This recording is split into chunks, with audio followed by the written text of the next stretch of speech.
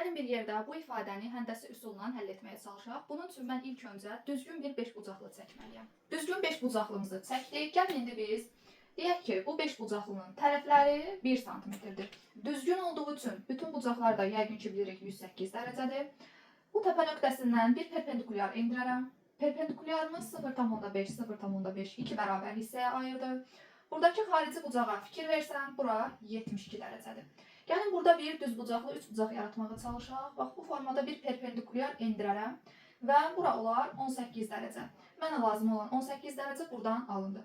Gəlin bura bir x deyək və burada da bir düz bucaqlı 3 bucaq yaradıram. 18, 108, bura 54 olar.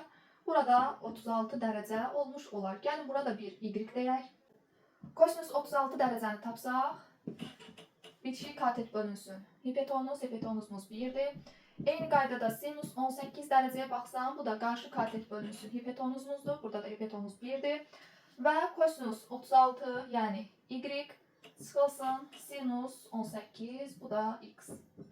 İndi gəlin buradan bir perpendikulyar qaldıraq. Bura olacaq x. Burada olacaq 0,5. Düzdür, düz bucaqlılar yarandı.